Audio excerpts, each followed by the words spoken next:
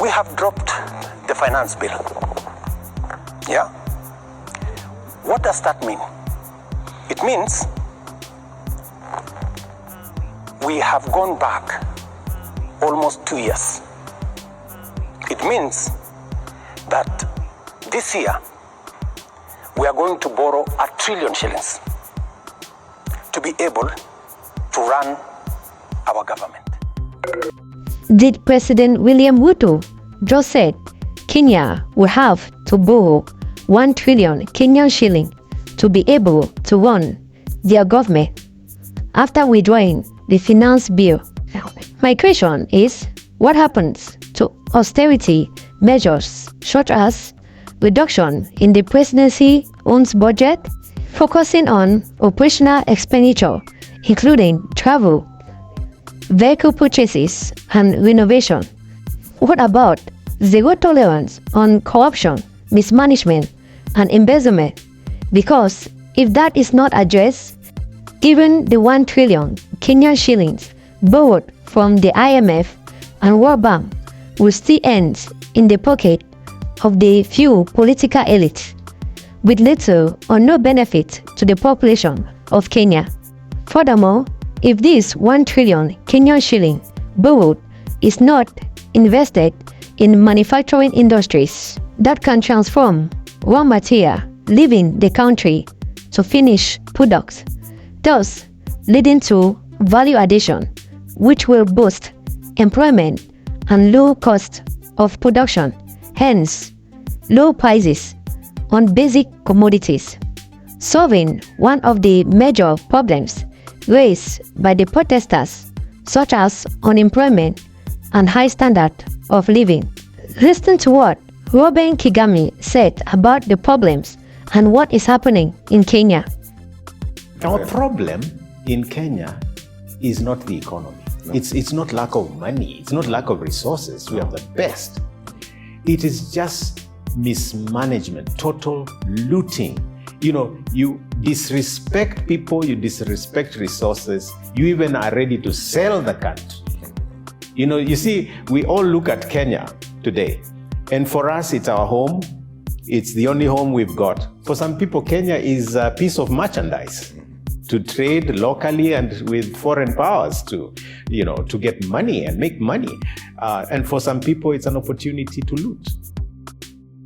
So, borrowing 1 trillion Kenyan shilling without solving or addressing the major problems affecting the country, such as mismanagement and looting, it will continue to give the IMF and World Bank the power to influence the government to implement certain finance bills at the detriment of the people of Kenya, since most of this money is going to end up in the pocket of the few political elite, while the masses are suffering with high costs of living and unemployment, which are some of the concerns raised by the protesters. This is what Senator Kajwal had to say in Parliament regarding why the people of Kenya are protesting. Speaker, I feel very victimized on behalf of the people of Homa Bay, that our views can be truncated to 5 minutes, while other delegations have had 15 minutes to convince this House on which direction we should take. On the onset, and under those circumstances, if I'm to speak for 5 minutes, I oppose this motion, because I need time to come here and talk on behalf of the people of Homa Bay. And 5 minutes is not going to be adequate for me to speak on behalf of the Gen Zs of Homa Bay and the Gen Zs of the Republic of Kenya. Mr. Speaker, I oppose this motion, and that then should guarantee me an opportunity to come back here and continue my debate. I want to start by sending condolences, personal and on behalf of the people of Homa Bay, to the many families that today are mourning their loved ones. The reality is hitting slowly. Many people are still in denial that the little boys and girls who left their homes yesterday are today sleeping in a morgue. Mr. Speaker, even if it was you, with a teenage or a grown son, 20-year-old, you had breakfast with him in the morning. You told him about the kind of things that you expect and wish for this nation. You reminded him that the Constitution protects him, that he can go and protest, he can go and present petitions to public authorities. Mr. Speaker, you even told him that we've got a reasonable government and we've got a reasonable security force that will ensure that you're protected. And then, Mr. Speaker, you get a call that your son is lying at City Mortuary. Your son is lying in a morgue somewhere in Eldoret. Your son is lying in a morgue in Nakuru. That is a reality we are dealing with, Mr. Speaker. We cannot run away from our constitutional mandate when we have our people lying in morgues, others lying in hospitals, others lying in detention centers. Mr. Speaker, the very least we should do is to call the CS for Interior this afternoon to come to this house to tell us the number of people who were killed yesterday while exercising their constitutional rights. Number two, the CS must tell us the number of people being held incommunicado by the police and other paramilitary forces in this republic. Mr. Speaker, we need to know how many people are in hospitals with gunshot wounds. We cannot go on recess until those questions are answered. Mr. Speaker, we need to be calling some governors, like the governor of Nairobi, to tell us what happened in Nairobi where City Hall was set aflame. Mr. Speaker, I know people are saying that when I call him to the Public Accounts Committee, he will tell me all the records were burnt by Gen Z. When you go to ask him for his academic certificate, he will tell you that it was burnt by Gen Z. We need to put a stop to this nonsense, Mr. Speaker. We cannot go on recess until these issues are resolved. Mr. Speaker, we must put a stop to the arrogance that we are seeing in the ruling class of this country. We must put a stop and make sure that people live within their means and people who have consumed public resources do not come and vomit on our shoes and on our feet. And Mr. Speaker, we know them. Some of them are in this house. Some of them are in the executive. We cannot go on recess until we have held them to account and delivered them to Gen Z for punishment or for necessary action. Of course, action within the Constitution. Mr. Speaker, why do we want to run away from our duty when Parliament sits even when a country is at war? Is it because we don't have lunch? If we don't have lunch, Senator Hamida has always provided meals for us. Is it because we have got broken windows? Mr. Speaker, we cannot lament about broken windows when we have broken limbs and people out there. And we should also stop this blame of Gen Zs. Mr. Speaker, look at our curriculum. What have these children or these adults, new adults, been fed on in the school curriculum? These are the products of the free primary education of Mwai Kibaki and Raila Odinga. Their curriculum, when it comes to Fasihi and literature, Mr. Speaker, reads as follows. They read The Animal Farm, and it is about injustice. They read Kidagaa Kimemwozea. They read Tumbo Lisiloshiba, Kifo Kisimani, Mstahiki Meya, Mashetani, and Parliament of Alls. Mr. Speaker, that is the recent set book in literature, Parliament of Alls. And then you blame Gen Zs for coming to this parliament, a parliament of alls, a parliament of sellouts, a parliament of turncoats, a parliament that is completely insensitive to them. We are the ones who have fed them this kind of literature, and we are reaping what we sowed at this moment. Mr. Speaker, we cannot go on recess until the president apologizes to the youth of this country. Since when did the hustlers become mutineers? Since when did our hustlers and children become wankers?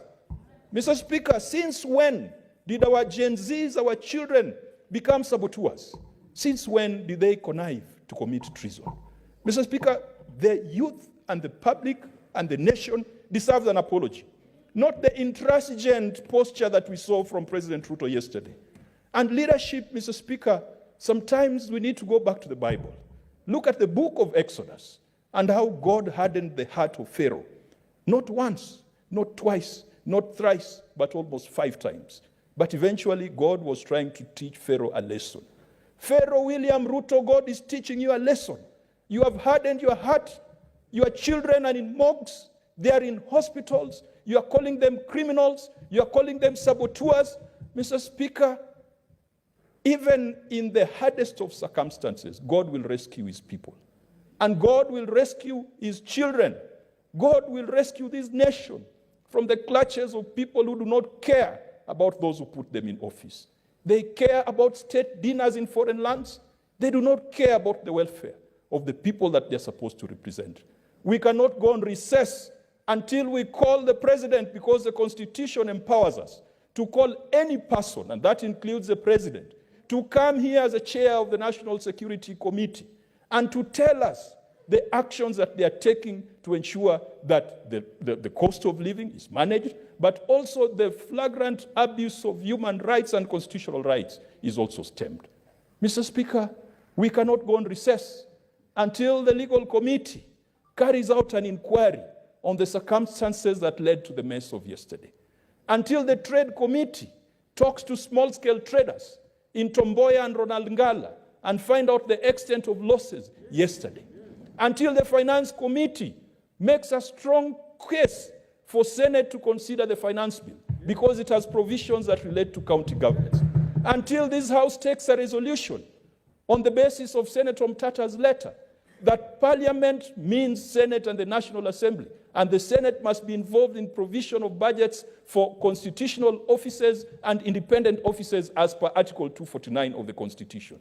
Mr. Speaker, if we went on recess until that date in July, all these things are going to happen, all these things are going to pass, and by the time we come back, it will be water under the bridge.